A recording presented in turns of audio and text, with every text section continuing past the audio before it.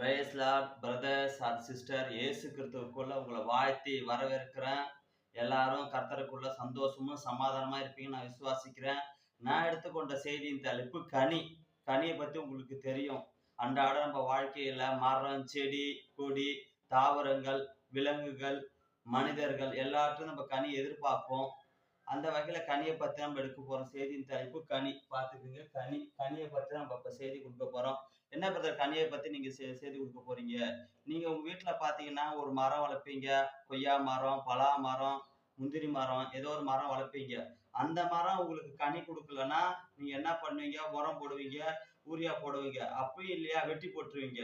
அதே மாதிரி ஒரு ரோஜா செடி, மல்லிகை செடி இருக்குன்னு வச்சுங்க, அது ஒரு பூ பூக்கலன்னா உரம் போட்டு பார்ப்பீங்க, வெட்டி போட்டுருவீங்க. அப்படி நீங்களே அதை எதிர்பார்க்கும் போது வானத்தையும் பூமியும் படைச்ச அந்த பரலோக தேவன் நீங்க கனி கொடுக்கணும்னு எதிர்பார்ப்பாரா, எதிர்பார்க்க மாட்டாரா? ஏன்னா உங்களுக்கு தேவையான சூரியனு, தேவையான காற்று, தேவையான மழை எவ்வளவு கொடுக்குற தேவன் உங்கள்கிட்ட எதிர்பார்ப்பார். கண்டிப்பா நிச்சயம் எதிர்பார்ப்பார். அவருக்கு ஏற்ற கனி நீங்க கண்டிப்பா நிச்சயம் கொடுத்துதான் ஆகணும். ஏன்னா ஒரு விலங்கு நீங்க வளர்க்குறீங்கன்னு பாத்தீங்க, உங்க பேச்சு கேட்கணும்னா அது சாட்டையால் அடிக்கிறீங்க, அது குச்சால் அடிக்கிறீங்க, என்னென்னமோ செய்றீங்க. உங்களுக்காக ரத்தம் சிந்தி சிலுவையில் அடிக்கப்பட்டு நொறுக்கப்பட்டு உங்களை விலைக்கரியமா 1 கொரிந்தியர் 6ஆம் அதிகாரம் 20வது வசனத்தை கிரயத்து கொல்லப்பட்ட நீங்க அவருக்கு கனி கொடுக்கணும் அவர் எதிர்பார்ப்பாரு. அத்தி மரத்துல பாத்தீங்கன்னா அவர் சபிச்சாரு கனி இல்லைன்னு. அதே மாதிரி உங்களையும் சபிச்சிருவாரு, அக்கினிக்கு அந்த நெருப்புல போட்டுருவாரு. என்ன பயமுறுத்துறது இல்ல, இது ஒரு பயமுறுத்ததுக்காக சொல்ல, ஒரு எச்சரிக்கையாக சொல்றேன். ஏன்னா கடைசி காலத்துல நம்ம நிக்கிறோம். வாங்க கனிக்குள்ள போய் பார்ப்போம். கனி பாத்தீங்கன்னா 2 விதமான கனி இருக்கு. ஒண்ணு பாத்தீங்கன்னா நன்மை தீமை அறிகிற கனி, இன்னொன்னு ஜீவஸ்து கனி. இந்த நன்மை தீமை அறிகிற கனி பாத்தீங்கன்னா உலக ஆசை, உலக சிற்றின்பம், காரு, பங்களா, வீடு, நகை, இதெல்லாம். ஜீவஸ்து கனின்னு பாத்தீங்கன்னா பரலோகம், பரிசுத்தம், ஜீவ புஸ்தகம், 1000 வருஷம் அரசாட்சி, பிதாவின் ராஜ்யம், மகிமையின் ராஜ்யம், பரலோக ராஜ்யம் அப்படின்னு சொல்லி இருக்கலாம். இது எந்த கனியை நீங்க எதிர்பார்க்கறீங்க? இந்த நன்மை தீமை அறிகிற கனியை நீங்க சுவைச்சீங்கன்னா நரகத்துக்கு தான் போகணும். இந்த ஜீவச கனியை நீங்க சுவைச்சீங்கன்னா பரலோகத்துக்கு போய் சேர்வீங்க. இதுல பாத்தீங்கன்னா ஆதி ஆமம் 2ஆம் அதிகாரம் 15, 16, 17 இந்த உயிருள்ள வசனத்துல நீங்க பாத்தீங்கன்னா, இந்த உன்னத வசனத்துல நீங்க பாத்தீங்கன்னா, தோட்டத்துல ஆதாம்கிட்ட சொல்ற, தோட்டத்தில் நடுவுல இருக்கிற எல்லா கனியும் நீ புசிக்கலாம், ஆனா நன்மை தீமை அறிகிற கனியை மட்டும் நீ புசிக்க கூடாது. அதை புசிக்கினால் நீ சாகவே சாவான்னு இயேசு கிறிஸ்து எச்சரிக்கிறாரு. இப்படிதான் நம்மளோட வாழ்க்கையில நம்ம போதகர்கள் நம்மள எச்சரிக்காங்க, நம்ம அப்பா அம்மா எச்சரிப்பாங்க. நம்ம செஞ்சுட்டு ஐயோ தப்பு பண்ணிட்டோமே நம்ம ஃபீல் பண்ணுவோம். ஆனா இப்ப அந்த மாதிரி ஃபீல் பண்ணக்கூடாது. முன்கூட்டியே அது எச்சரிக்கை ஆனா அது என்னன்னு ஆராய்ந்து அதை விட்டுடணும். அதை விட்டுட்டாதான் நீங்க பரலோகத்துக்கு போக முடியும். அப்ப ஆதாம் அதை அறியாம விட்டுறால்தான் ஏவாள்கிட்ட போறாங்க. அடுத்தது ஆதியாமும் 3ஆம் அதிகாரம் 5, 6. பாவம் பாத்தீங்கன்னா பார்வைக்கு சுவையா இருக்கும். இப்ப பாத்தீங்கன்னா ஒரு குடிக்கிறவங்களுக்கு அது சுவையா இருக்கும். குடிச்சு குடிச்சு கேன்சர் வந்துடும். சிகரெட் அடிச்சு அடிச்சு லிவர் போயிடும். இப்படி பாவம் ருசி ருசி பாவம் கற்பம் தரித்து மரணத்தை பெறுவிக்கும் அப்படின்னு சொல்லிட்டே போலாம். பார்க்க கொஞ்ச நேரம் சந்தோஷமா தான் இருக்காங்க. நிரந்தர சந்தோஷம் பரிசுத்தர் இயேசு கிறிஸ்து, வேத வசனம், ஜெபம், துதி, ஆராதனை நீங்க தேர்ற நிம்மதி இயேசு கிறிஸ்து தான் கொடுக்க முடியும். அப்ப அதுல நீங்க ஆதியாகமம் 2, 3 வசனங்கள் நீங்க படிக்கும் போது எப்படி அந்த நன்மை தீமை கனியை பத்தி நீங்க தெளிவா தெரிஞ்சுக்கலாம். இதே ஜீவர்த்த கனியை பார்ப்போம். ஆதியாகமம் 3ஆம் அதிகாரம் 22, 23.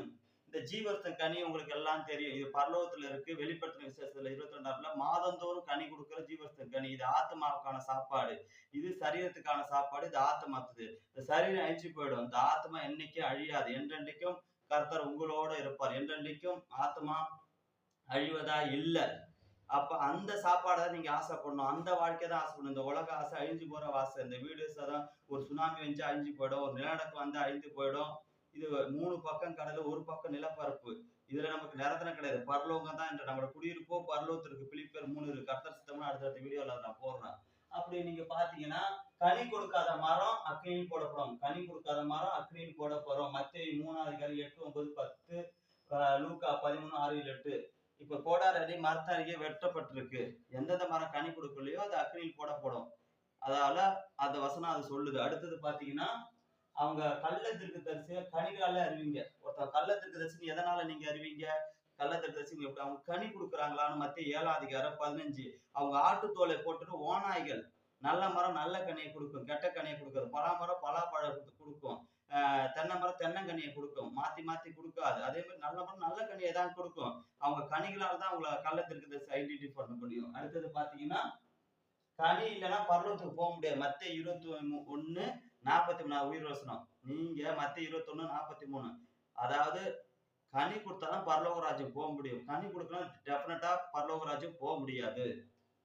அடுத்தது கனியை பற்றி நீங்க தெரிஞ்சு கொள்ளணும் அப்படின்னு பார்த்தா யோவான் 15 அதிகாரம் ஃபுல்லா நீங்க படிச்சீங்கன்னா கனியை பத்தி தான் போட்டிருக்கும். டோட்டல் பைப்ல அந்த யோவான் 15 முடிஞ்சிடும். அது ஒரு 1 கொரிந்தியர் 13 அதிகாரத்துல பார்த்தீங்கன்னா அந்த கனி கொடுக்குற வாழ்க்கைன்றது டோட்டலா அதை நீங்க உட்காந்து நிதானிச்சு இந்த 2 அதிகாரம் டெய்லி வாசிக்கணும். அதிகாலைல எழுந்து காலம்புற சாயங்காலம் 2 அதிகாரத்துக்குன்னா கனியை நீங்க கொடுத்துருவீங்க.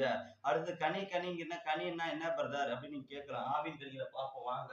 ஆவின் கனிகள் கலாத்தியர் 5:22 அன்பு, சந்தோஷம், சமாதானம், நீடிய பொறுமை, தயவு, நற்குணம், விசுவாசம், சாந்தம், இச்சையடக்கம்.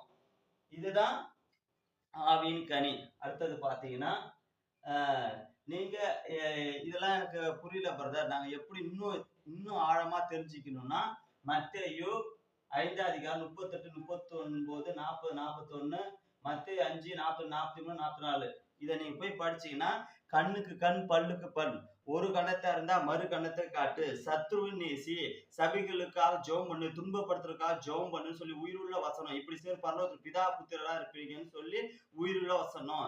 இதெல்லாம் நீங்க கடைபிடிக்கணும்னு சொல்லி இயேசு கிறிஸ்து உங்கள்ட்ட அன்றாட வாழ்வை எதிர்பார்ப்பார். நம்ம முகம் பார்க்கிற கண்ணாடி நம்ம வீட்டுல இந்த மத்தேயு 5 அதிகாரம் 38 43 இருக்கிறத எழுதி பார்த்து ஒன்னொன்னுத்தையும் நம்ம டிக் பண்ணும். இதெல்லாம் நம்ம வாழ்க்கையில இருக்கா? ஒரு கணத்தை அறிஞ்சா மறு கணத்துல சுபாவம் இருக்கா? சத்துருக்கு ஜெபம் பண்ற சுபாவம் இருக்கான்னு பார்த்து டிக் பண்ணிட்டு போனா கண்டிப்பா நீங்க நிச்சயம் பரலோகத்துக்கு போய் தான் கனி கொடுக்குற வாழ்க்கை.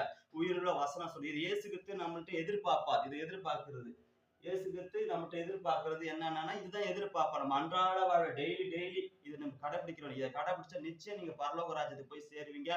கர்த்தர் உங்களை நிறைவே ஆசீர்வதிப்பார். கர்த்தர் உங்களோட இருக்கிறார்.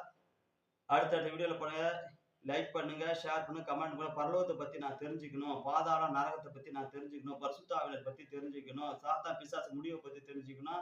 என்னோட சேனல் நீங்க பாத்தீங்கன்னா அதுல ஒவ்வொரு வீடியோவும் நான் போட்டிருப்பேன், இன்னும் போட்டுக்கிட்டே இருப்பேன். நீங்க பாத்துட்டீங்கன்னா பரலோக ராஜ்யத்துல நிச்சயம் போவீங்க. இதுல பாக்குற ஒவ்வொரு வீடியோவும் நீங்க பரலோக ராஜ்யத்துக்கு போவீங்கன்னு நான் கேரண்டி கொடுப்பேன். ஏன்னா இதுல போட்டு சத்திய வசனம், கர்த்தருடைய வார்த்தை அறிவிக்கிற வசனம் கண்டிப்பா உங்களை பரலத்துக்கு போகும். இயேசு கிறிஸ்து உங்களை கண்டிப்பா கொண்டு போறேன். ஏன்னா நித்திய ஜீவன் கொடுப்ப நம்ம வாக்கு கொடுத்துறோம். 1 யோவான் 2:25 வசனங்களை சொல்லிக்கிட்டே இருப்பேன். கர்த்தர் உங்களை ஆசீர்வதிப்பார். ஷேர் பண்ணுங்க உங்க நண்பர்களுக்கும். ஹல்லேலூயா, ஸ்தோத்திரம், ஆமென், ஹல்லேலூயா.